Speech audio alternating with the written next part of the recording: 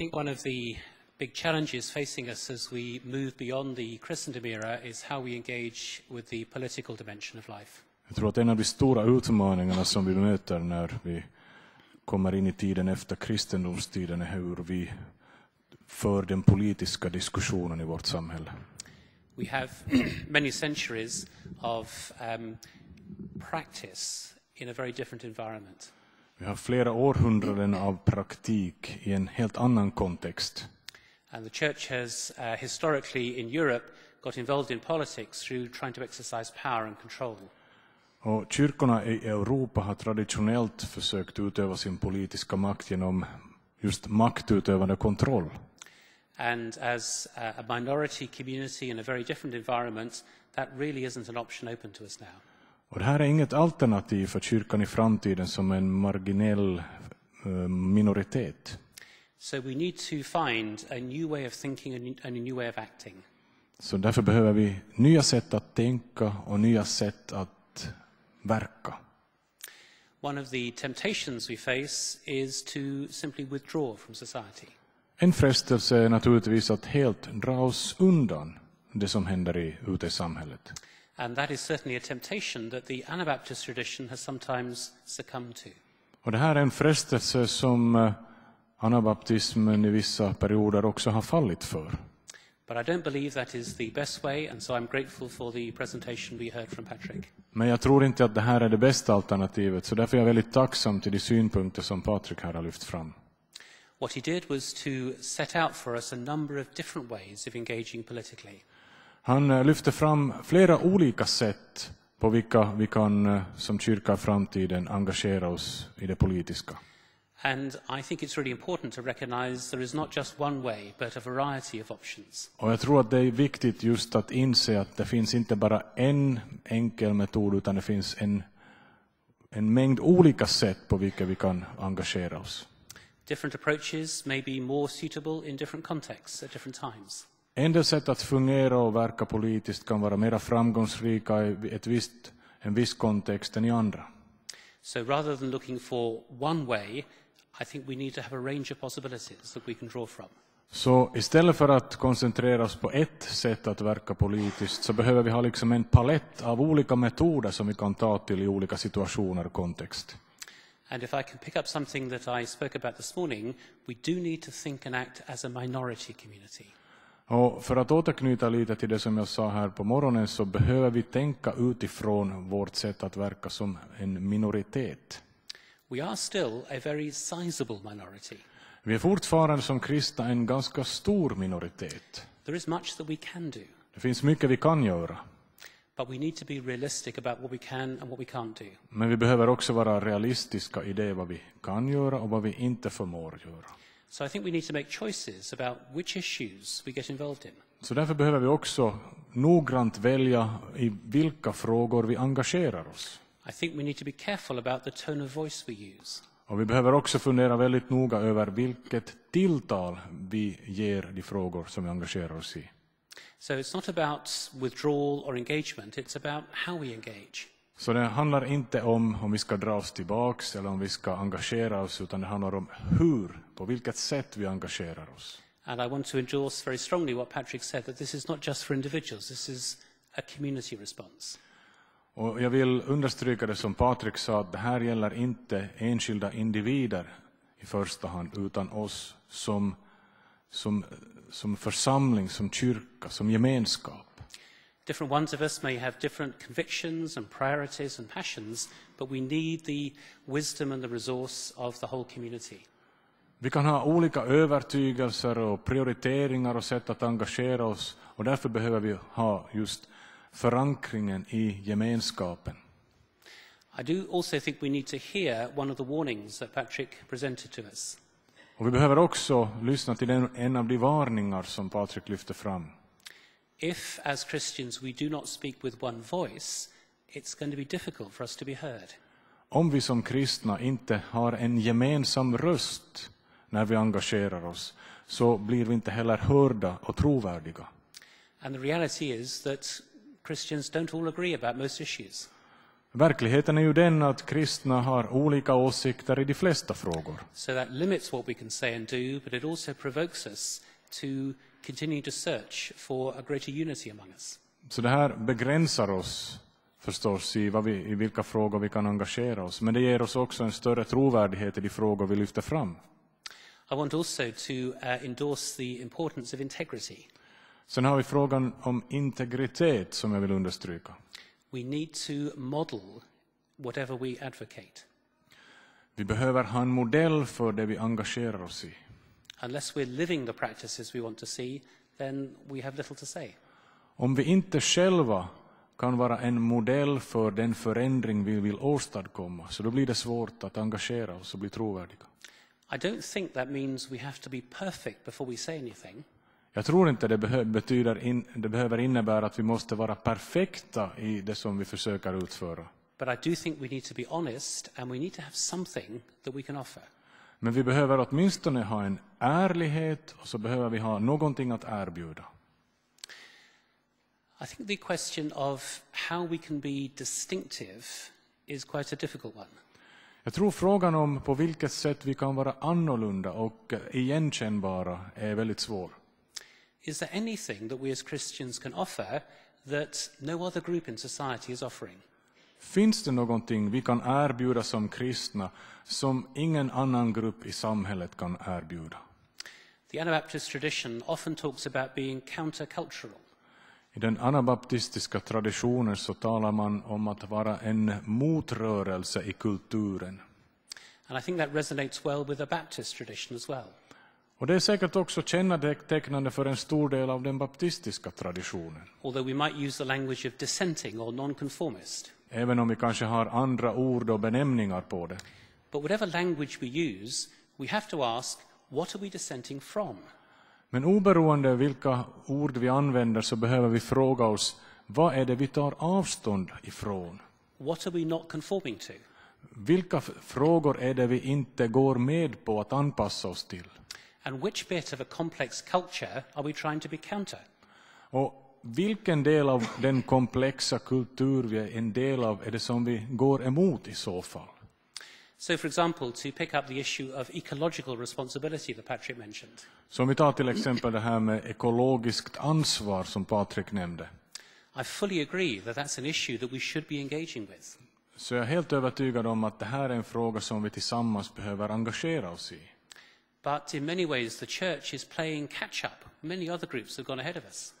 Men kyrkan är inte någon föregångare här, utan det är andra grupper som har gått före. Is it just a question of us learning from others, or is there anything different or distinctive we can offer? Så då är frågan, är det för kyrkan, för oss att lära oss av andra som har gått före, som är mera progressiva i vissa frågor, eller har vi någonting verkligt annorlunda att bidra med? I think in a plural, multi-everything society, it's quite difficult to work out where we fit. Och jag tror att i en så här pluralistisk verklighet, ett multikulturellt samhälle, så är det ganska svårt många gånger att försöka ta reda på vad vi är unika i. And again, I think it's important that we are both honest and humble here. Och därför behöver vi vara både ärliga och ödmjuka. That we do need to be engaging politically, economically, socially, but not perhaps assuming that we are the first in the line. För vi behöver naturligtvis engagera oss politiskt, socialt och ekonomiskt. Men vi ska inte göra det utifrån en tro att vi är de första, att vi på något sätt är pionjärer i de här frågorna. Now, I don't think Patrik was actually saying that, but I often hear Christians who seem to be saying that. Det var inte det heller som Patrik sa, men jag har mött många kristna som tror att det är på det sättet. Christians who think they've discovered something very radical and don't realize that many other groups have been there for many years already. Kristna som tror att de plötsligt har upptäckt någonting väldigt radikalt utan att inse att många grupper har varit tiotals år före dem. So by all means, let's make common cause with other groups who share our convictions and our priorities. Så låt oss vara orädda och jobba tillsammans med grupper och människor som har samma agenda. Let's be open to surprising partnerships. Låt oss vara öppna för överraskande samarbetspartners. I think that's going to be one of the features of post-Christendom, surprising partnerships. Jag tror att det här kommer vara ett kännetecken för kyrkan i framtiden. Att vi har ganska överraskande samarbetspartners i många sammanhang. Partnerships with other communities with whom we radically disagree on some things, but on other issues we can work together. Att vi kan engagera oss tillsammans med grupper i vissa frågor trots att vi har olika åsikter i andra frågor med dem. For example, I wonder what Christians and Muslims can do together. Jag har ibland undrat, vad kan kristna och muslimer göra tillsammans? There are some things on which we disagree strongly. Det finns mycket som vi har väldigt olika åsikter kring. And it's important for our integrity that we don't pretend otherwise. Och det är viktigt för vår integritet att vi inte låtsas vara annorlunda än vad vi är. But there are some things on which we agree. Men det finns också saker som vi har gemensamma åsikter kring. And on some of those things perhaps we can work together in partnership. Och kanske är de frågorna någonting som vi kunde jobba tillsammans med dem. And I think that would be a very good way of confusing the secularists. Och jag tror att det här skulle vara ett väldigt viktigt och bra sätt att på något sätt förvirra de sekulära krafterna i vårt samhälle. Perhaps members of different faith communities can keep the sense of God and spirituality alive in a secular culture. Kanske kan representanter för olika religiösa grupperingar och religioner tillsammans lyfta fram Gud och heligheten som aktuella begrepp i samhället. So I think as we get involved in political, social, economic issues, we could find ourselves in interesting company. Så jag tror att när vi i framtiden engagerar oss politiskt, socialt och ekonomiskt så kan vi se framför oss intressanta samarbetskonstellationer. I do wonder whether there is anything distinctive that we can offer that nobody else can. Så jag undrar verkligen om det finns någonting verkligt unikt som bara vi kan erbjuda, som ingen annan har på sin agenda. One thing I've wondered about is whether we could offer a model of conversation. Jag undrar, kanske vi har någonting att erbjuda i sättet på vilket vi kommunicerar och samtalar med varandra. Is there a way of talking about contentious issues that models a more peaceful way of doing that? Finns det någonting i vårt sätt att samtala kring svåra frågor som vi som vi kan dela med oss åt andra? Finland may be different from my context. Finland är kanske lite annorlunda än min egen kontext. But in my context, public discussion, public debate is oppositional. Men i mitt sammanhang så är det offentliga samtalet ofta ett konfrontativt samtal. You see it in parliament, you see it in public debates, you see it on the television. Man ser det i parlamentet, i den offentliga debatten och överallt. You see it on blog sites as people argue with each other. Man ser det speciellt på bloggsidor där människor har olika åsikter och argumenterar och grälar. And I wonder whether the church could learn practices of conversation that might be good news within the church and beyond it. Och jag tror att kanske kyrkan kunde ha någonting att bidra med när det gäller att en annan samtalskultur som kunde välla över ut i samhället från kyrkan. So rather than our contribution being to a particular political issue, maybe it's to a way of doing politics. Så istället för att försöka koncentrera oss på vilka frågor vi eventuellt har någonting att säga i, kanske vi skulle fokusera mera på hur vi samtalar om svåra frågor. What if we modeled a way of having a conversation where we looked for the best in the other person's viewpoint? Tänk om vi skulle ta utgångspunkten i varje diskussion om ett svårt ämne i det goda som motparten, eller kanske då medparten, har att säga. Can you imagine a politician making sure that he or she has really understood what the other person is saying? Kan vi tänka oss ett samtal där en politiker gör sitt yttersta för att verkligen förstå vad motparten säger? Looking for the strongest parts of their view. Och riktigt lyfta fram de bästa argumenten i motpartens argumentation. Applauding the things that are good rather than looking for problems. Och lyfta fram och berömmer de goda sidorna istället för att skjuta ner dem. I don't think that means that we can't have robust disagreement. Jag tror inte att vi för den skull inte skulle kunna behöva ha olika sätt att kunna vara av olika åsikt på. But I think we desperately need within our political system a different model of conversation. Men jag tror att vi är i desperat behov i vår politiska konversation ett annorlunda sätt att föra samtal. At its very best, the Baptist church meeting models that.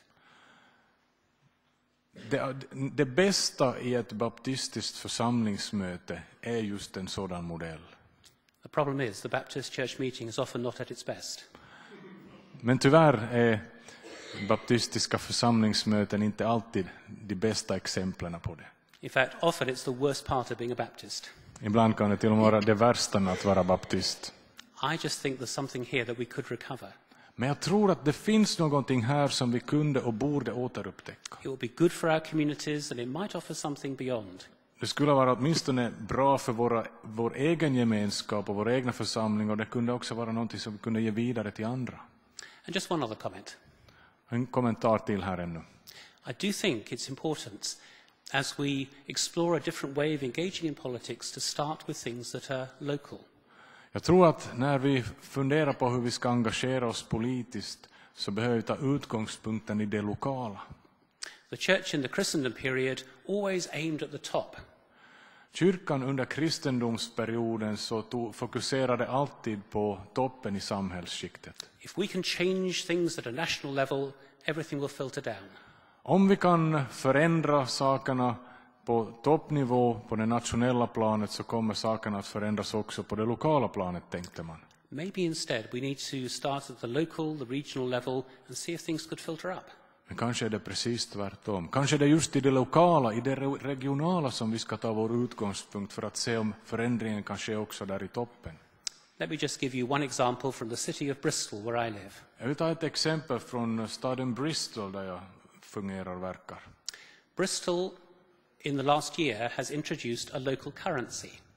Bristol har under det senaste året introducerat en ny valuta. We now have the Bristol pound. Nu har vi ett eget pund, Bristolpundet, i vår stad. So we have physical notes and we also can pay by text and over the internet. Så vi har egna sedlar, men vi kan också betala genom textmeddelanden och via internet. This is a city of 750,000 people. Det här är en stad med 3/4 miljoner invånare. There have been a number of very small experiments with local currency before, but nothing this size. Det har funnits tidigare också experiment med lokala valutor, men inte av den här storleksordningen. Someone I know quite well, who is a Christian, is the director of the Bristol pound. En kristen person som jag känner är faktiskt chef för det här projektet med Bristolpundet. What's the point of it? Men vad är då idén bakom det här? Well, it's to try to encourage local sustainability. Jo, det handlar om att uppmuntra den lokala hållbarheten. Instead of all the money going out of the city into the multinationals, it stays more local. Istället för att valutan går ut till de multinationella företagen och aktörerna så stannar valutan på det lokala planet. You can't spend your Bristol pounds in the big supermarkets. Av den enkla orsaken att man kan inte använda Bristolpundet i de stora affärskedjorna. You can only spend them with local traders within the region. Man kan enbart använda Bristolpundet i det lokala sammanhanget, i lokala handlare och köpare. It's a way of keeping resources moving within the community. Det handlar alltså om att låta resurserna flöda i det egna lokala sammanhanget. It's tiny, but it's interesting.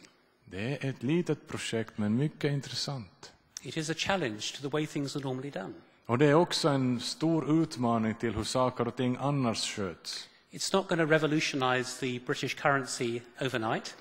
Det kommer inte att göra någon revolution i förhållande till den brittiska valutan. I have to tell you, the supermarkets do not feel threatened by this. Och inte ens de stora affärskedjorna känner sig hotade av det här, tyvärr. But I believe it's changing the way people think and act. Men jag tror att det förändrar det sätt genom vilka människor tänker och handlar. It's helping us to think more ethically about our purchasing. Och det hjälper oss också att tänka lite mer etiskt på hur vi spenderar våra pengar. It's helping us to prepare for a world where we will not be able to import things from all over the world in the way we do now. Det hjälper oss att ställa oss in på en värld där vi kanske inte längre har möjlighet att importera allt vi tror att vi behöver. It's cutting down on transport costs and food miles and pollution. Och det här sättet att fungera så skär också ner på alla utgifter som har med transportering och lagring och etc. att göra. It's a drop in the ocean. Det är en liten droppe i havet. But maybe that's where we need to start. Men kanske det är just där vi behöver starta. And it might just be something which others learn from. Och det kan också vara någonting som någon annan vill ta tag i och lära sig av. In fact, a friend of mine is exploring the possibility of a Manchester pound. Och en annan vän till mig så har börjat fundera att kanske man borde utveckla en lokal valuta också i staden Manchester. Manchester is a much bigger city, and this would be quite a significant development. Och Manchester är naturligtvis en mycket större stad, så att här skulle det vara också en mycket större process. So I just wonder whether it's these mustard seeds that are important for the future. Så jag undrar om det är de här små senapskornen som kommer att vara en del av framtidens projekt. And that this upside-down kingdom that Jesus talks about might be the way in which we engage. Och att det här upp- och nervända kungariket som Jesus talar om när det gäller maktstrukturer kommer att vara det sätt som kyrkan kan verka på i framtiden. So I want to thank Patrik for his contribution and for getting us to think in a variety of ways about how we engage in politics in the very different context that we now find ourselves. Så jag vill tacka Patrik för att han har hjälpt oss att tänka vidare och förstå hur vi kan engagera oss som kyrka i det politiska arbetet i framtiden. Thank you.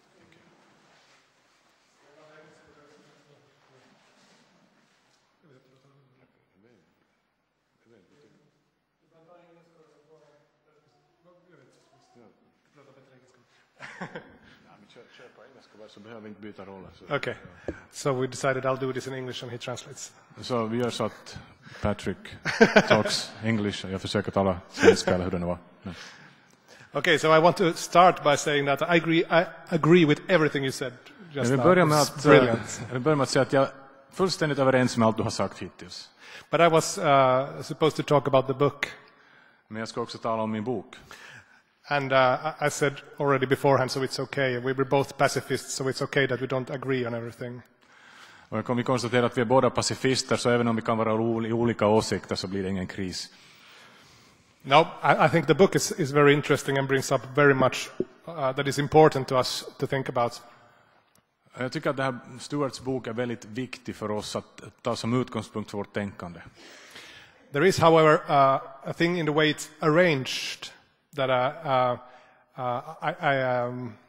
I'm not sure about. It sets out 7 core convictions. Men jag har lite betänkligheter på själva upplägget i den här boken som bland annat lyfter fram 7 kärnvärderingar ur anabaptismen. I have no problem with Anabaptist convictions. I think they're fine. Jag har inga problem med anabaptistiska kärnvärderingar. Jag tycker att de är bra. In fact, I also don't think they are that particular to Anabaptists, with the possible exception of the pacifism. Jag tycker inte heller att de är speciellt exklusivt anabaptistiska, med undantag kanske av den pacifistiska hållningen. In my own work, I'm proceeding much from the early church. I mitt eget arbete så utgår jag väldigt mycket från den tidiga församlingen. And the thing I think I found very, very fascinating about the early church, the church for the first few hundred years of the Christian era, is the way the Christian convictions were coupled and brought in together with Christian practices. Och en av de saker som jag finner väldigt intressant i den tidiga församlingen är hur kristna övertygelser paras ihop med kristen praktik, handlingar.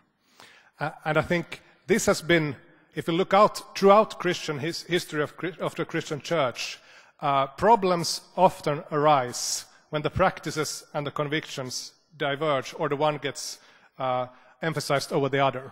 Och en sak som har hänt i den kristna kyrkans historia är att det går snett om övertygelse och praktik inte hålls ihop, eller om övertygelsen eller praktiken har fått dominera över den andra.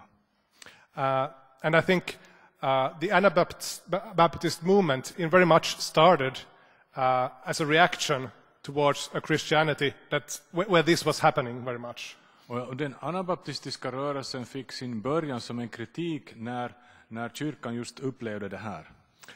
The practices that the church in the Middle Ages were doing were not. It was not clear in what way they were connected to Christian convictions anymore. They more and more started to resemble magic, and the convictions were more and more things you just had to believe about the world. The way they were connected to one wasn't clear anymore, and this is where the Anabaptists protested. Det blev alltså en oklarhet på vilket sätt den kristna tron och den kristna praktiken hölls ihop. Så att mycket av det som gjordes hade ingen direkt koppling till vad man trodde. Och det var här som anabaptismen reagerade. So the Anabaptists were emphasizing discipleship, the way that we need to practice what the Bible says. We need to again bring together convictions and practices. Så anabaptisterna ville framförallt börja praktisera det som Bibeln talade om. Now today,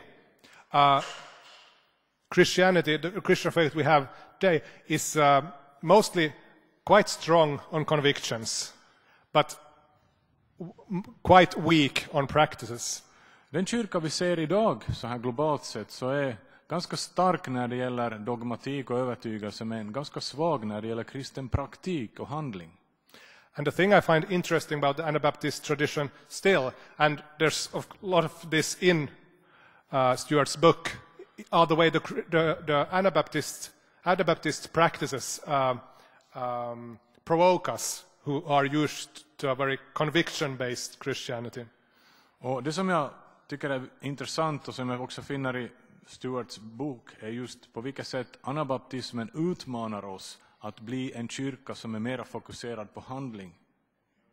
So I have two things I would like you to respond to if it's possible. The one is I would like to hear if you have a number of Anabaptist core practices that you would like to tell us about. Practices that I think that would revitalize Christian churches today that we need to learn about. That would be the one thing. The other thing, as a person at home almost in the early church, where the Christian practices very much was held together by the Eucharist, as the Christian practice with a capital C or P or whatever it is, the practice of all practices. What role do you see for this kind of Catholic practice in a church today? Jag har två frågor till Stuart gällande hans bok. Som komplement till de kärnvärderingar som han skriver om i sin bok, så skulle jag vilja låta honom kommentera om det finns anabaptistiska kärnpraktiker, det vill säga handlingsmönster som kan tänkas vara unika för den anabaptistiska livsstilen. Och det andra är för en som jag som känner mig hemma i den tidiga kyrkan. Vilken betydelse och på vilket sätt ska vi uppfatta den heliga måltiden i den framtida kyrkan? Hur ser vi på nattvarden som den handling med stort H som utförs i den kristna kyrkan?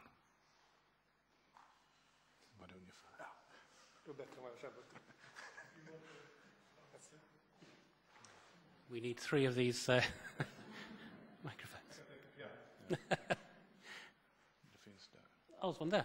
Yes, okay. Oh, there, okay.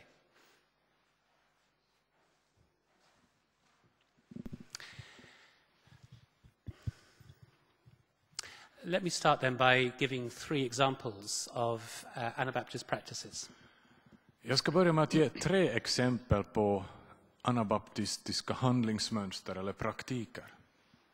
One of the distinctive practices that has marked the Anabaptist tradition has been the washing of feet. En praktik som har varit kännetecknande för anabaptismen är fotatvagningen. That is a practice that many Anabaptist communities have continued with through the centuries. Det är någonting som många anabaptistiska rörelser har fortsatt med under århundraden. And it is an expression of humility, of service and of love within the community. Och det är ett uttryck för tjänst, för ödmjukhet och för kärlek inom gemenskapen. And those who practice it find it is much harder to have your feet washed than to wash someone else's feet. Och de som har varit med om det här så märker att det är mycket svårare att låta någon annan tvätta ens fötter än att själva utföra fotatvagningen. It's very uncomfortable because our feet are private. Det är väldigt obekvämt för många eftersom våra fötter är väldigt privata områden. And most Christian traditions have said, oh, that was a cultural thing way back then. Så många kristna traditioner har sagt att nej, det här var bara en historisk, kulturell sak, ingenting som vi behöver upprepa. And we need to find ways of expressing community that are more culturally acceptable. Och vi behöver följaktligen hitta mera kulturellt relevanta saker genom vilka vi kan uttrycka vår gemenskap och kärlek till varandra. But somehow that doesn't quite do it, does it? Men det här bara att sträcka ut handen och hälsa, så det fungerar kanske inte riktigt på samma sätt. It does something, but it doesn't do the same thing. Det gör någonting, men det är inte riktigt detsamma. So that's an example of an Anabaptist practice which is meant to embody one of the core convictions. Så det här är en anabaptistisk praktik som är tänkt att förkroppsliga kommunitetskänslan, gemenskapen. A second example would be what the Anabaptists called fraternal admonition. Det andra är det som skulle kunna kallas för help me somebody. Well, let me put that a different Okay. way. They also called it the rule of Christ. Kristi lag kallas det också. And what they were referring to was the passage in Matthew 18, Och det handlar om ett bibelställe, Matteus 18. which tells us how we are to behave when our brother or sister sins against us. Som berättar för oss hur vi ska handla om en broder eller syster syndar mot oss. What do we do when we hurt each other? Vad gör vi när vi sårar varandra, med andra ord? How do we restore community when things have been broken? Hur kan vi återupprätta och hela gemenskapen när någonting har brustit?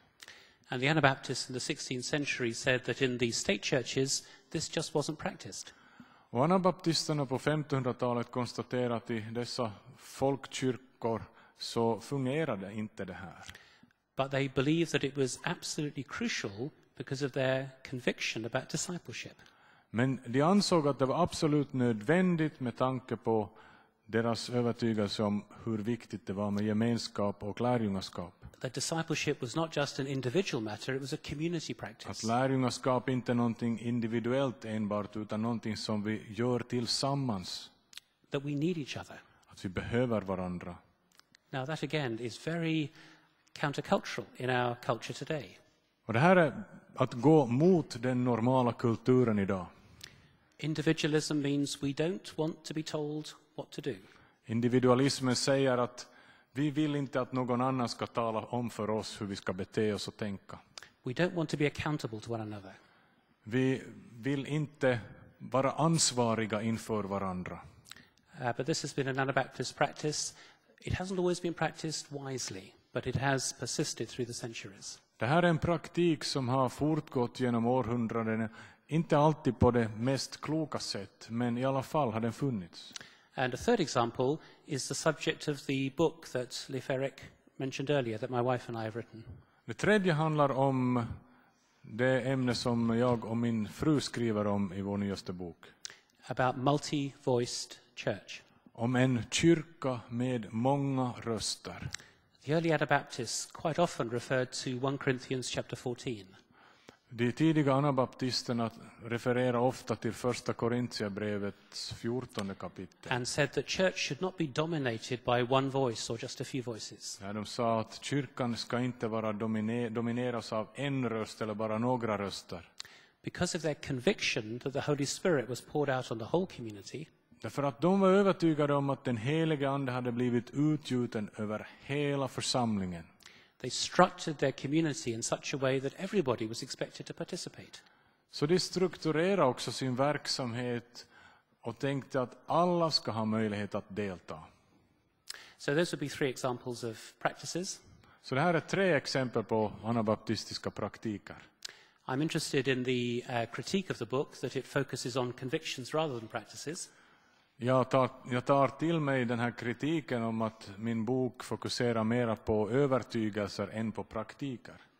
I think probably the reason for that was that it was written by the Anabaptist Network. Och jag tror att en av orsakerna till det är att den skrevs gemensamt genom det anabaptistiska nätverket. By the way, you have those 7 convictions in your notes from this morning. Ni har de här 7 kärnvärderingarna på de här utdelade papperna från i morse. And the Anabaptist Network is a dispersed network of people rather than a community. Och det anabaptistiska nätverket, det är ett nätverk med många olika människor från flera olika håll och inte en sammansatt gemenskap. We are a network that offers resources to communities from the Anabaptist tradition. Vi är ett nätverk som delar med oss av resurser till församlingar utgående från anabaptistiska ståndpunkter. And then we leave it to the local communities to work out what these things mean in practice. Och så överlämnar vi saken till de lokala församlingarna för att utröna hur det ska ske i praktiken. So I think that's probably why the book focuses on convictions and then just illustrates some of the practices. Så det är säkert också därför boken fokuserar mer på värderingar än på hur de ska levas ut i praktiken. But I think Patrik is quite right that we do need to move from convictions to practices. Men jag tror att Patrik har rätt i det, att vi behöver också gå från värderingar till hur vi lever ut dessa värderingar i praktiken. And then just a word on Eucharist. Och sen lite om det här med nattvarden. The Anabaptist tradition has not been strong on sacrament or liturgy. Den anabaptistiska traditionen har inte fäst tyngden vid sakrament eller liturgi. One of the things we say very clearly in the book is we don't believe Anabaptism has everything we need. Och det som vi också säger i boken är att vi tror inte att anabaptismen har svaret på alla frågor. It is one tradition among many that we're going to need as we move into post-Christendom. Det är en tradition av många som vi behöver när vi går mot ett samhälle i det efterkristna tiden. One of the recent developments has been an Anabaptist prayer book. En ganska ny utveckling har varit skrivandet av utgåvan av en anabaptistisk bönbok. I think the early Anabaptists would have been outraged at the very idea. Jag tror att de tidiga anabaptisterna hade blivit förgrymmade om de hade hört om en sån här bok. They were much more interested in spontaneous prayer rather than liturgy. De var mycket mer intresserade i spontan bön än i en formell liturgi. Although there are some early examples of something similar. Men det finns också tidiga exempel på någonting liknande. But what has happened is a group of Anabaptist liturgists have drawn on the resources of the wider church. Och nu har några liturgiskt intresserade anabaptistiska forskare hittat böner som man har satt ihop till en bönbok. They've taken a traditional framework and given it a kind of Anabaptist tweak. Man har tagit en traditionell inramning och gett det en så här anabaptistisk twist. So it has Anabaptist convictions and values within it, but it is heavily dependent on Catholic, Anglican, Lutheran type of liturgy. Så den här bönboken så har ett innehållsmässigt mycket som hämtar sin näring från anabaptismen, även om den liturgiska inramningen är inspirerad av luthersk, katolsk och reformerad liturgi. And I think particularly with the Eucharist, Anabaptists have emphasized the horizontal dimension. Och jag tror att när det gäller nattvarden så har anabaptister alltid fokuserat på den horisontella dimensionen i nattvarden. What does it mean to be the gathered community around Christ? Vad innebär det att vara en gudstjänstfirande församling med Jesus Kristus i centrum? How does the broken body of Jesus reunite us as his living body today? Hur kan Kristi brutna kropp ena oss och ge oss styrka som församling idag? But I think the Anabaptist tradition needs to learn from the riches of other Eucharistic traditions. Men jag tror att den anabaptistiska traditionen också behöver lära sig och ta till sig av de rikedomar som finns i andra kristna traditioner.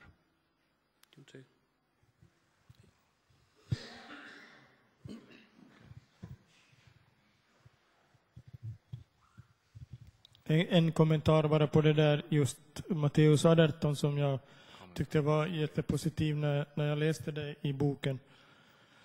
Så var att vi ju vanligtvis har tolkat eller praktiserat den här Matteus 18 så att man ska gå och tala med en först och sedan kommer man två och sedan så tar man upp det i församlingen.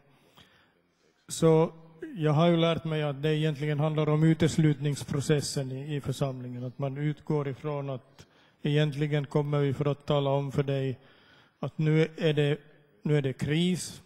Om inte du rättar dig i ledet och om det fortfarande är inget positivt svar så kommer vi 2 stycken nästa gång och sen om det inte kommer svar då heller så då tar vi upp det i församlingsmöte och då kan det gå illa. Eller det var något att karikera det hela, men det som förvånar mig var att anabaptisterna förstod det egentligen som att när någon kommer ur gemenskapen så är det viktigaste alltså att man börjar försöka bygga relationen tillbaks. Så att den människan inte ska känna sig alltså utanför gemenskapen.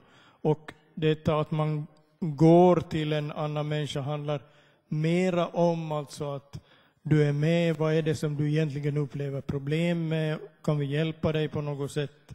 Och om det inte klarar av det med en människa så kommer det följa gång 2 stycken och är det så att det är ännu svårare problem så behöver det tas upp i hela gemenskapen så att säga. Att det är en helt annan utgångspunkt som anabaptisterna hade än vad som sedan utvecklades av just det här Matteus 18 på något sätt.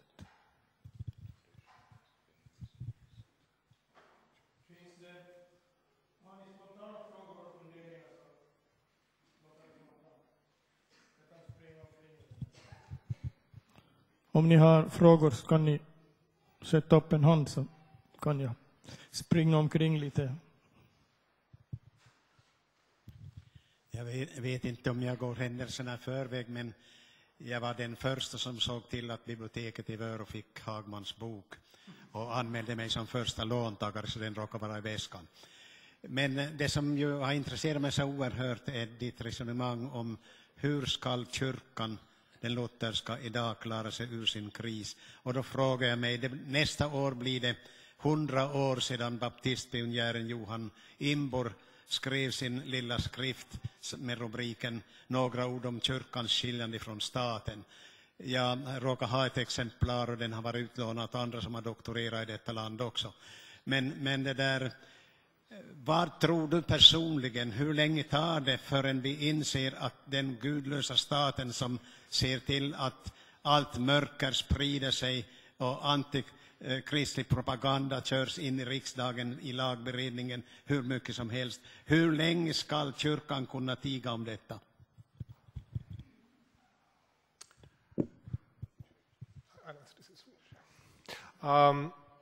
Ja, alltså frågan är ju komplicerad. Alltså, det finns inom kyrkan en grupp som tycker att det är bra att kyrkan har täta kontakter med staten, men den är mycket, mycket liten. Det är nästan ingen. De flesta som jag känner, åtminstone bland ledningen i Borgå stift som jag nu kanske har kontakter med så är alla av den här åsikten att ja, om vi skulle kunna komma oss lös från de här kopplingarna till staten på något sätt, men hur ska det gå till? Alltså det är den situationen vi har, och det här är egentligen ömsesidigt, så jag tror att staten tycker också det är besvärligt att ha den här kyrkan hängande i.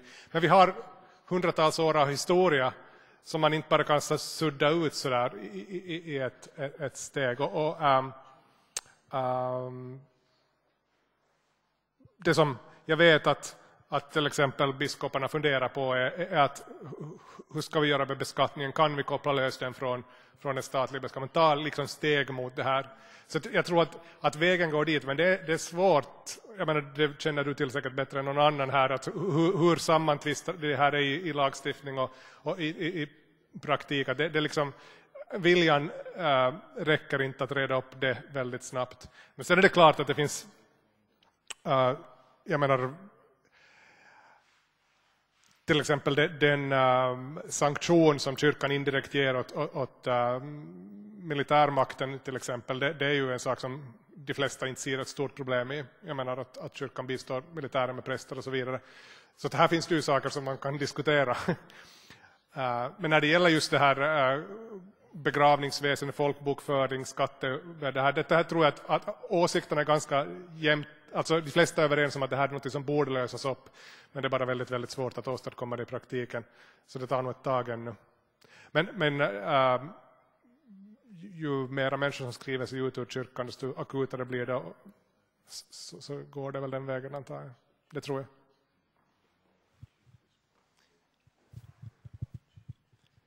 En fråga som inte berör det här utan en helt annan fråga. Så jag funderar ofta på det här som vi har ju växt upp i en tradition där man talar om att man ska bli född på nytt. Och den traditionen är ju väldigt uttalad under kanske ett par 300 år. Men så finns det ett annat sätt att angripa det här och det är att säga att man är Jesu efterföljare. Och då skulle jag vilja att Stuart kanske framförallt skulle säga någonting om det här att om man är en Jesu efterföljare och som du sa till att börja med kanske till och med ateist, så blir man så där automatiskt då född på nytt så småningom, eller måste man bli född på nytt från början?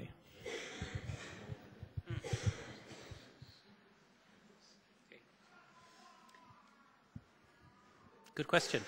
Bra fråga. One of the ways in which the Anabaptists like to talk about their experience was using the language of new birth. Anabaptisterna talar väldigt mycket om den nya födelsen. They agreed with Luther about justification by faith. De var helt överens med Luther om rättfärdiggörelsen av nåd. But they seem to have a much stronger emphasis on the work of the Spirit. Men de hade också en mycket starkare uppfattning om andens verk. And so they often use the language of new birth to talk about their experience. Så därför talar de mycket om den nya födelsen när de talar om den andliga erfarenheten. And so for them, new birth and following Jesus were linked. They weren't opposites. Så för anabaptisterna så hörde Kristi efterföljelse ihop med den nya födelsen. I think the reason I talked this morning about following Jesus Och en av orsakerna till att jag talar i morse om att följa Jesus is that as well as being a very biblical understanding, it helps us with a number of issues in our culture. Förutom att det är en mycket biblisk utsaga så hjälper det oss också att tackla många av de utmaningar som vi möter idag. I think the Christendom model of evangelism was often confrontational. Jag tror att den modell för evangelisation som vi hade under kristendomstiden var väldigt mycket på konfrontation. The evangelist knows all the answers and has everything worked out. Evangelisten kommer, har alla svar, vet precis hur det ska vara. And the task of the evangelist is to tell somebody who knows nothing how to know everything that he or she knows, usually he. Och evangelistens uppdrag är att berätta för den som inte vet någonting precis hur allting ska vara. And I think a much better way of thinking about the task of evangelism is inviting people to join us on a journey. Men jag tror att ett mycket, mycket bättre sätt att göra och tala om evangelisation är att inbjuda människor till en gemensam resa. It's about relationship and journeying together rather than confrontation. Det handlar mer om relationer och att vandra tillsammans än att försöka konfrontera varandra. And it also has the humility of saying, I haven't yet arrived. Och här finns också den här attityden, den här dimensionen om att jag har inte själv ännu hittat alla svar. Jag har inte ännu kommit fram. I may have experienced new birth, but it is only birth. Jag har kanske upplevt en ny födelse, men det är ändå bara en födelse. And there's a lot of growing up and developing to do. Och det finns mycket att växa in i fortfarande och utvecklas. I think the other thing I'd want to say is looking at how people actually become followers of Jesus is important. Det andra som jag vill lyfta fram är hur går det till när människor blir Jesu efterföljare? I too grew up in a born-again tradition. Jag växte också upp i en så här tradition av nyfödelse. I knew it was important to be able to say, that was when I became a Christian. Och jag visste att det var viktigt att kunna säga tidpunkter för när jag blev en kristen. On that date, in that place, I was born again. Det var vid den tidpunkten som jag blev född på nytt. Trouble is that wasn't my experience.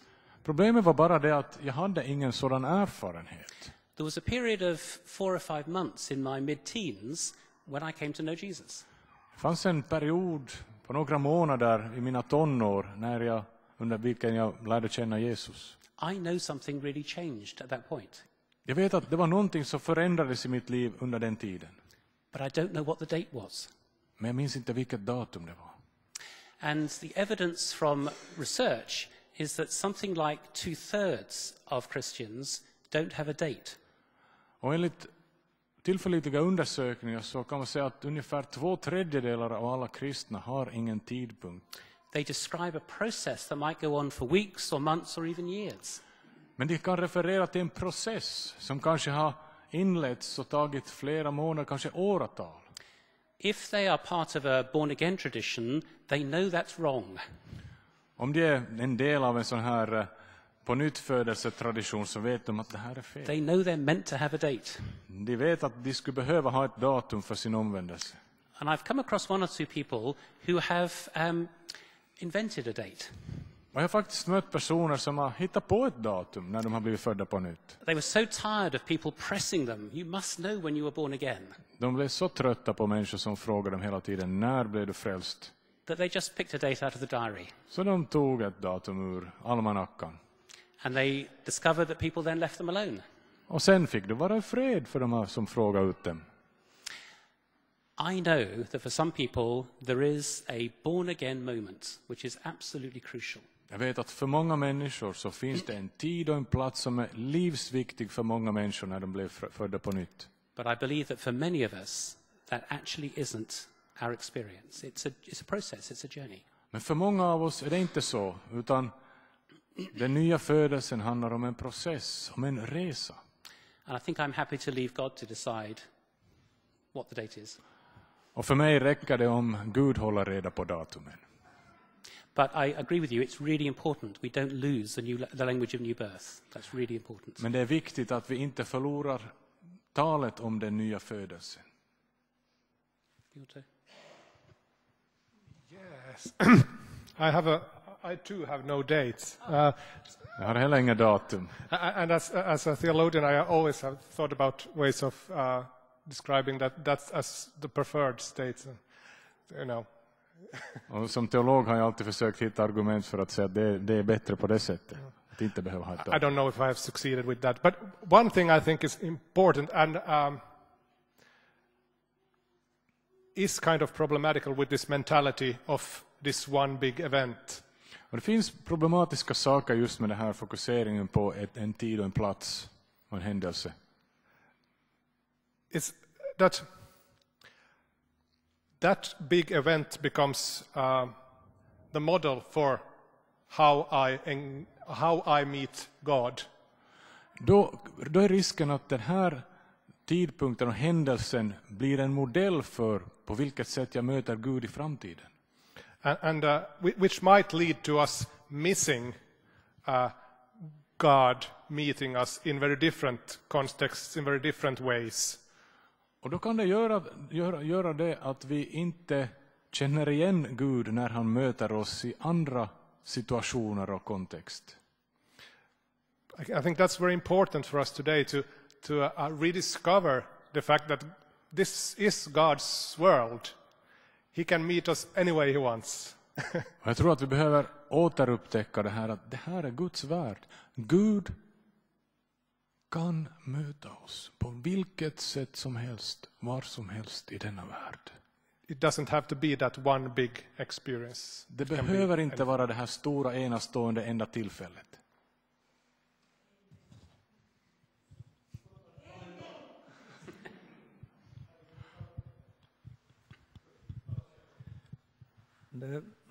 Simone Weil, som jag misstänker att var katolik och på det sättet kanske inte riktigt rumsren här hos oss. Så hon skrev någon gång att det där om du lovsjunger Gud, så fastän du inte tror på honom, så kommer han till sist att visa sig för dig. Och det säger någonting om det här, vad det handlar om med den här vandringen med Jesus, liksom att gå i Jesu efterföljd. Man kan inte undgå så småningom. Så dyker han upp. Jo, jag tror också att det är en process där man... Somliga människor kan ha den här upplevelsen att då och då så händer det. Men jag tror att många har nog en pågående process som pågår under många år. Jag har flera sådana processer i mitt eget liv som har pågått under flera år. Men i något skede tror jag ändå att man kanske måste säga ut det på något sätt, den här bekännelsen eller den här att ta emot det som plötsligt så märker jag, men jag har ju faktiskt blivit troende nu under den här processens gång. Och att då som våga bejaka det och våga erkänna det och våga lyfta fram det på bordet. Men det är ingenting som står i motsats till någonting av det som har blivit sagt här. Jag kan berätta en solskenshistoria kring det där, just att jag hade här någon gång på 80-talet var det väl, så hade jag en sån här grupp i Arbetarinstitutet här i Jakobstad om livsåskådning. Och det var en grupp av lärare och det var några redaktörer och gamla pastorer och vad det var. En grupp på ungefär 10 människor. Och en av de här deltagarna var mycket, nästan aggressiv. Första halvåret hade liksom lite fördomar om frikyrkopredikanter och så vidare, så att det var viktigt att uttrycka motsatsen alltid när man sa någonting. Men så småningom så lyckades vi nå varandra på något sätt. Så sedan på vårterminen så hade den här personen då ett långt inlägg kring något. Jag tog alltid upp ett tema som vi då samtalade om tillsammans.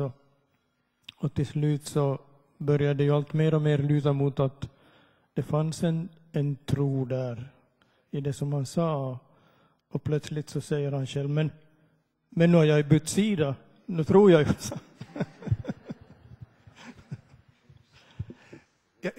Jag skulle lägga till en sak till. Ett till idé i mixen.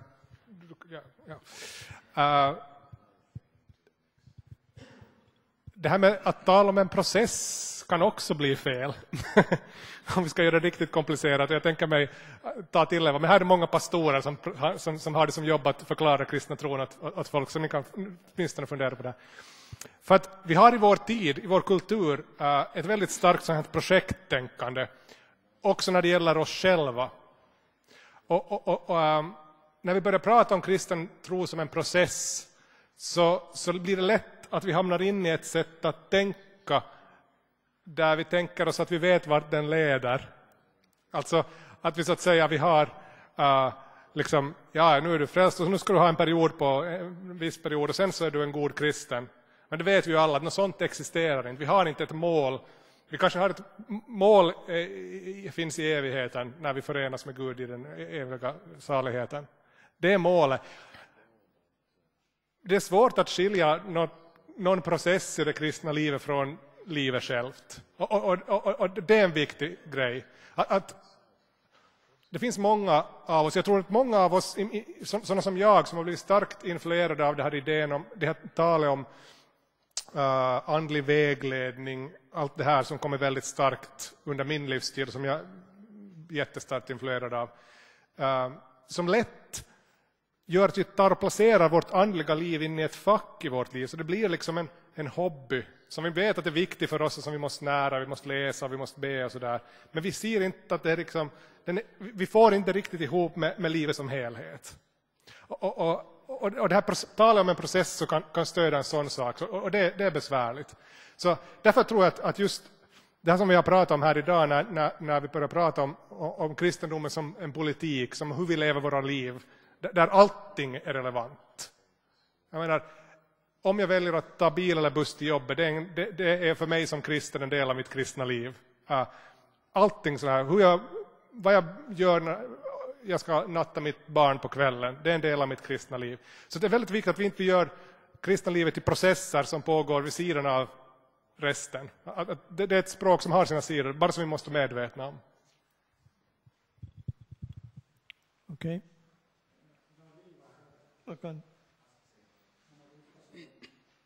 Det börjar vara kö här nu.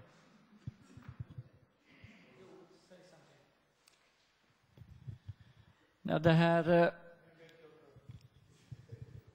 Jag har nog funderat lite på det som har blivit talat idag. Och här kommer alltid tillbaka till samma grund. Den äkta kärlek. Och när vi tänker på som ska vi vara riktigt en kristen med en riktig grund att vi följer Jesus, så han var ju den där som gjorde saker, men han gjorde i kärlek, i den äkta kärlek, där han aldrig förväntade sig någonting i retur. Så mycket som att de 10 som hade lepra och var ju en som kom tillbaks. Han blev lite förvånad, men var ni inte 10? Och det tror jag att också det kommer in i det som Patrik sa där, att det kom många gånger in att när vi gör någonting och bara vi tar oss till och säger att nu är jag, då kommer den där högmodighet in. Då kommer bort den äkta kärlek. Då kommer bort den Kristus, den riktigt rena kärlek till varandra, där vi inte förväntar oss någonting tillbaks.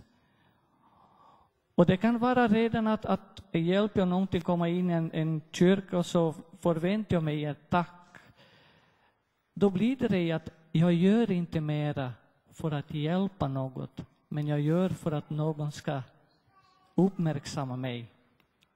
Och då tror jag att vi kommer in i det här onda cirkeln, att man börjar som gör någonting gott, någonting roligt till en sån där tvångs. Och då kommer man in i den där gamla kyrkan. Man var ju tvungen till att till kyrkan, men det var inte den där behov att komma dit och träffa Gud. Men det var den där att du skulle vara där för att visa att du är där. Och jag tror att det är den som vi måste komma alltid tillbaka, att den där riktigt äkta kärleken, där vi inte förväntar oss den returen. Då att vi faktiskt gör någonting till personen, till hjälp av dem. Och också till ta hand om den resurs som Gud har skapat oss och har gett åt oss till förvalta. Nu var det Erik. Vem var det sen? Rurik sen då. Vi tar Erik först, Rurik.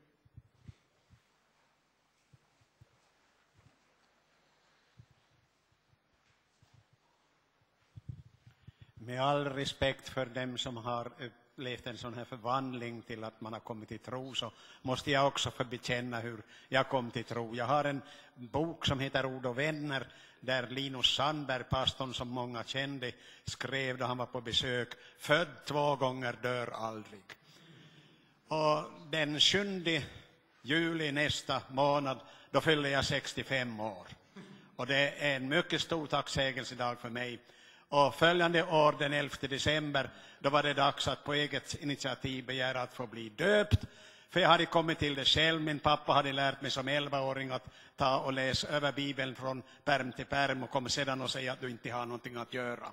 Jag tog honom på orden, och jag fick klart för mig att Erik måste bli frälst, han måste bli döpt, och han fick som han ville för sina föräldrar. I think it's important that we don't set crisis and process against each other. Jag tror det är viktigt att vi inte sätter processer och kriser emot varandra. Even if we describe our coming to faith as a process, there is usually a crisis or maybe 2 or 3 crisis points in it. Även om vi beskriver vår tro eller hur vi kommer till tro som en process, så det är ofta minst 2 eller 3 kriser som finns i bakgrunden. And even if we can name a particular date, usually there's a process around it. Och även om vi kan uttala oss om en speciell tidpunkt eller plats, så finns det nog en process där i bakgrunden i alla fall. One way that I have found helpful to think about this is to look at two roads in the New Testament. Ett sätt som har hjälpt mig att se på de här sakerna är två vägar i Nya testamentet. The Damascus Road is a dramatic crisis conversion. Damaskusvägen representerar en massiv, radikal omvändelseupplevelse. Paul the persecutor is turned round by a dramatic encounter with Jesus. Paulus som förföljer de kristna blir omvänd genom ett radikalt möte med Jesus på Damaskusvägen. But there is also, at the end of Luke's Gospel, the road to Emmaus. Men det finns också en annan väg, det vill säga vägen till Emmaus i slutet av Lukas evangeliet. Where two people are walking down the road and a stranger comes alongside them. Där två män vandrar längs en väg och plötsligt uppenbarar sig en främling och börjar gå bredvid dem. And they get into conversation, but they don't know who he is. Och de börjar samtala med varandra, men de vet inte vem han är. Only gradually do they realize. Bara så småningom så börjar de inse. Finally they discover it's Jesus who is with them. Och till slut så förstår de att det är Jesus. And those two roads are sometimes used to illustrate these different understandings of conversion. Och de här två vägarna, eller erfarenheterna på de här två vägarna, används ofta som exempel för att illustrera våra olika andliga erfarenheter gällande vår egen omvändelse. But I think it's worth noting that there was a process leading up to the Damascus Road. Men jag tror att det är viktigt att vi också noterar att det fanns en process som ledde fram till erfarenheten på Damaskusvägen. Saul had watched the martyr Stephen die. Saulus såg martyren Stefanos dö. And there was a process that went on beyond the Damascus Road when Ananias came and prayed for him. Och det fanns en process efter erfarenheten på Damaskusvägen där lärjungen Ananias kom och bad för Paulus. And on the Emmaus Road, this process, there were also crisis points. Och också på Emmausvägen så fanns det olika kriser. The point when the two people walking down the road said to the stranger, "Don't go on, come and stay with us." Till exempel när de två vännerna sa åt främlingen, nej, gå inte vidare nu, stanna hos oss ikväll. And the point when Jesus broke bread with them and they realized who he was. Eller stunden när Jesus satte sig ner tillsammans med dem, bröt brödet. So I just think it's important that we hold together the process and the crisis. Så jag tror att det är viktigt att vi håller ihop processen och den kris eller de kriser som finns förenat med processen. And that we don't impose our experience on the experience of other people. Och att vi inte gör vår egen erfarenhet normerande för andra människor. But that we let people tell their own story in their own way. Utan att vi låter människor berätta sin egen historia. Ett annat och mycket tråkigare men kanske sådär klargörande på något sätt att säga samma sak. Att den här frågan, det är en pastoral fråga. Det är en fråga om själavård. Det är inte en fråga om kristen lära. Det här är inte en del av det som vi förväntas tro på att det är på ett sätt eller på ett annat sätt.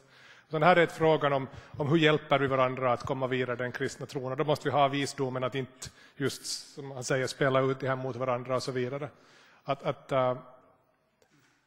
Om vi ser på läronivå så då är det dopet som är det viktiga. Liksom, upplevelser och så vidare, det är inom det pastorala området. Så att, det tror jag också är en viktig sak att hålla i minne. Att hålla de här sakerna, att de är lite på olika nivåer. Så. Jag kommer tillbaka många år tillbaka när jag höll till på läger. Det var en pojke som en dag kom och det här upplevde det att det hade gått sönder någonting. Det fungerar inte riktigt det kristna livet. Sen så vi resonerade en stund och sen så slog mig en tanke att vi kan göra så här att jag tog en käpp som en påk eller vad vi kallar det som stod i närheten satte jag den på marken. Och sen så sa jag så här: nu stiger du över det här. Och så är saken klar. Den här pojken steg över. Och någonting gjorde att han tog till sig det här steget. Nu är jag en kristen. Nu är jag nyfödd. Det hade varit en process tydligen där. Men jag fick hjälpa den här personen vidare. Och jag tror ibland så gör vi så. Vi ber för varandra. Och så går vi vidare till någon annan. Men lämna med det. En del behöver en praktisk sak. Att nu har jag stigit över. Jag har lämnat mitt liv i Jesu händer.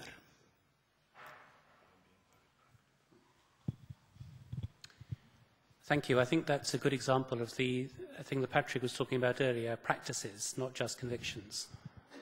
Tack för den här berättelsen. Jag tror det här är just en illustration på vad vi menar när vi talar om praktiker och inte bara det vi tror på. The stepping over a stick was symbolic, but it was more than just a symbol. It was an expression of faith and commitment. Att ta steget över den här trädgrenen var en symbolhandling som var mer än bara en symbol. Den blev betydelsebärande i den här människans liv. And of course, within our Baptist tradition, it is baptism that very often marks that definite commitment and confession. Och i vår baptistiska tradition så är det ofta dopet just som är den här symbolhandlingen som gör att vi vänder oss från någonting till något annat. So at the end of a period of months when I was discovering faith in Jesus, I was baptized. Så under den här perioden när jag upptäckte tron på Jesus så blev jag också döpt. So I do have a baptism date. Så jag har ett datum för mitt dop. I don't think it's my new birth date, but it was a very significant moment in that process. Jag tror inte att det är tidpunkten för när jag blev född på nytt, men det är ett väldigt viktigt datum i hela den här processen som gjorde att jag blev en kristen. Okej. Är det flera som vill ställa någon fråga? Rafael, och sen? Ja. Du.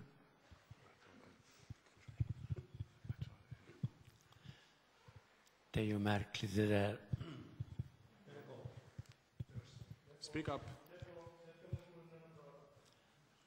Hur vi på något vis är bundna av former.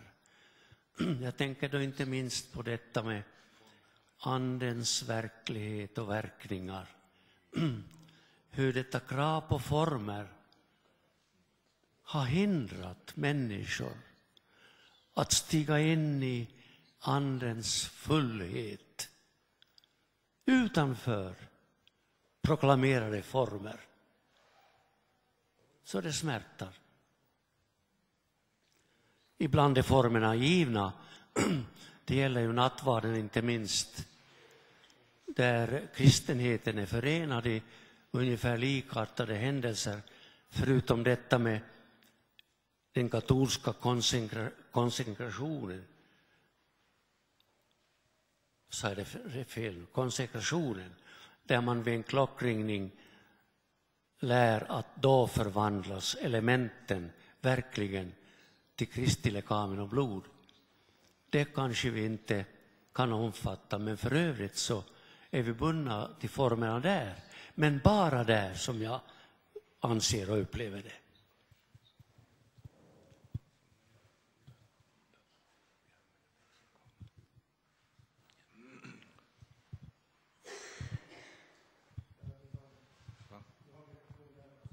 Ja, men jag vill ha den här så jag vill känna mig som alla andra.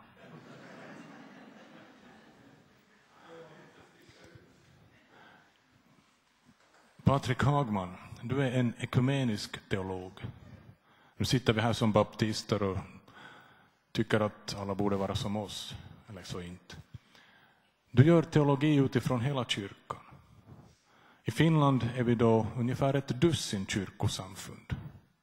En del tvättar fötter, andra döper barn. En del döper troende, andra talar om andedop.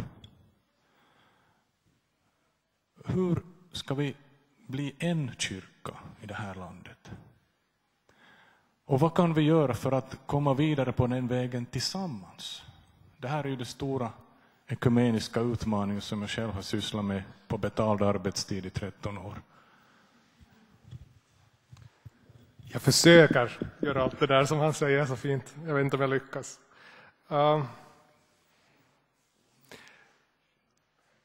Det här har varit aktuellt för mig de senaste dagarna. Jag vet inte hur många av er som är på Facebook. Ni andra, det är inte så bra. Ni fortsätter med att inte vara där. Jag har haft många vänner som under våren har skickat omkring sådana bilder som man har. Som har en rubrik What Jesus didn't say. Och det här är ingenting annat än attacker från katolskt håll till protestantiskt håll, och nu har det kommit andra vägen från protestantiskt håll till katolskt. Och jag blir så ledsen. Jag trodde att vi hade slutat med sånt. Och jag började fundera, är det som bara jag som, som tycker att det här liksom, att vi kan inte hålla på med sånt här mera? Så att jag måste fundera på om jag måste bli mer uttalat ekumenisk teolog. Det var bara som en självklarhet för mig. Men för att svara på Jannis sådär enkla lilla fråga, så har jag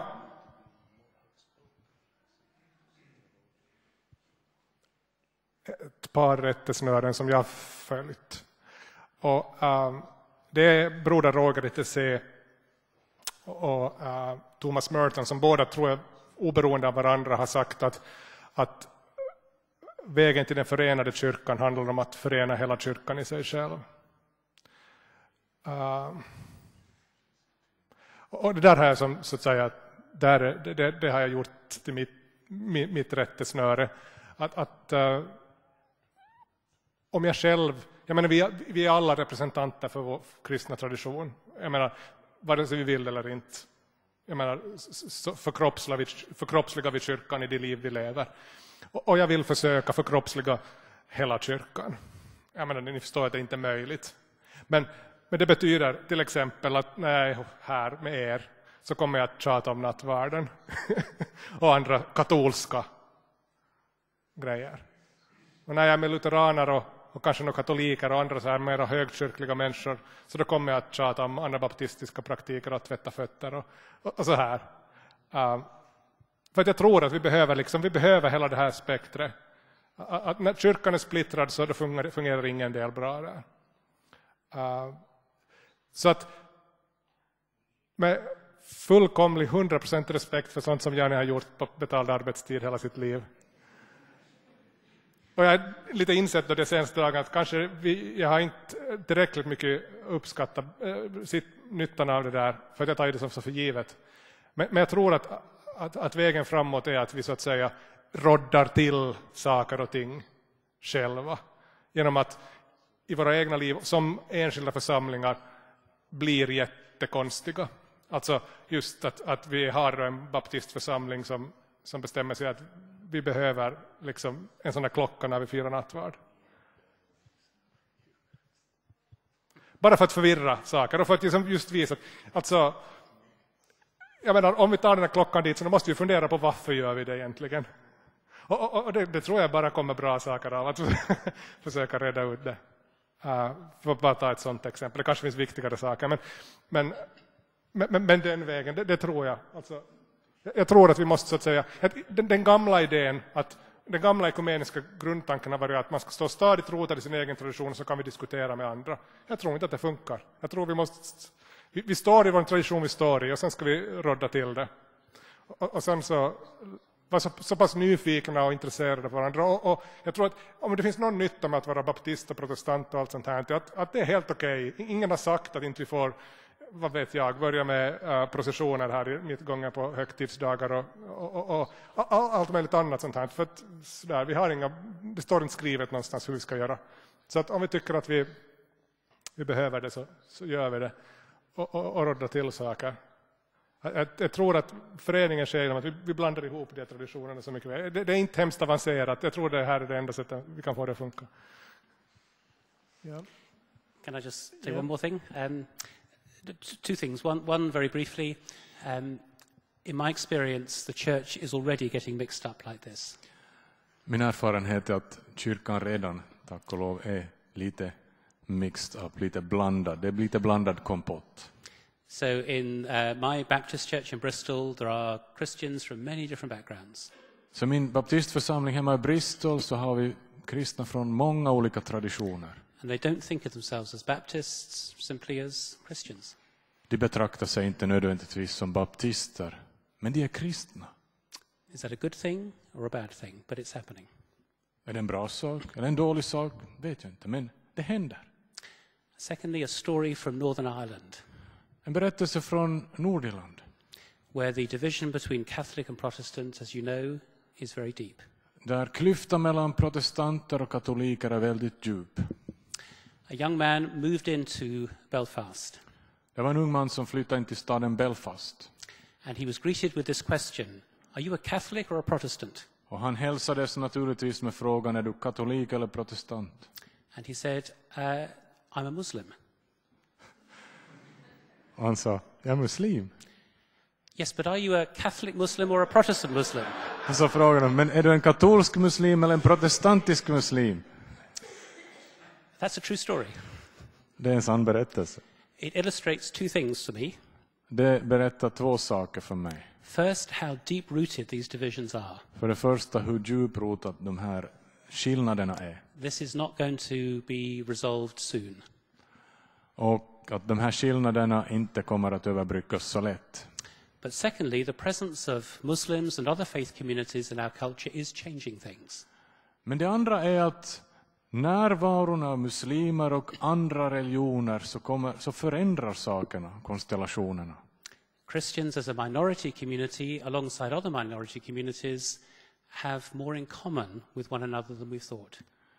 Kristna från olika minoritetsgrupper har mera gemensamt än vad vi har trott. We just don't have the luxury of division and fighting each other any longer. Och vi har inte längre det här tvivelaktiga förmånen att gräla längre. So I think the ecumenical journey is going to continue, but I think it's going to be much more informal than in the past, much more missional, and I think it's just going to be happening. I don't think we've got to necessarily bring any great strategy to bear.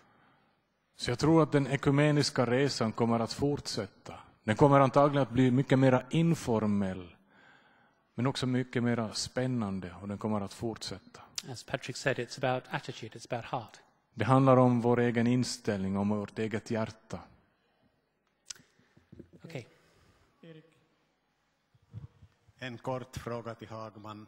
Kan du lova att vidta åtgärder så att kyrkoordningen ändras så att jag glad i hågen får gå till nattvarden som baptist i lutherska kyrkan i Finland? Därför att i Sverige har jag av biskopar och domkapitelmänniskor och allt möjligt har sagt, du vet ju att vi har öppen nattvardsbord. Idag går vi tillsammans till nattvarden. Men i Finland så ska jag vara i ångest eller bedrövelse eller svårigheter. Jag får inte med lovsång på läpparna gå till nattvarden. Till Herrens bord, märk väl. Jag vet inte om vi behöver ändra kyrkoordningen, för jag brukar nog gå både glad i hågen och med lovsång på läpparna. Och ingen biskop som jag känner har försökt stoppa mig. Men jag tror det är samma sak som med den förra saken, att det här är en sak som är svårare att ändra. Åsikterna är ganska klara. Men nej. Får jag en liten historia som illustrerar det han sa om att ekumeniken blir livsnödvändig på ett annat sätt. Det här var från, jag var i Turkiet, i östra Turkiet, inte där det finns fina stränder, utan där det finns människor med maskinvapen och så här.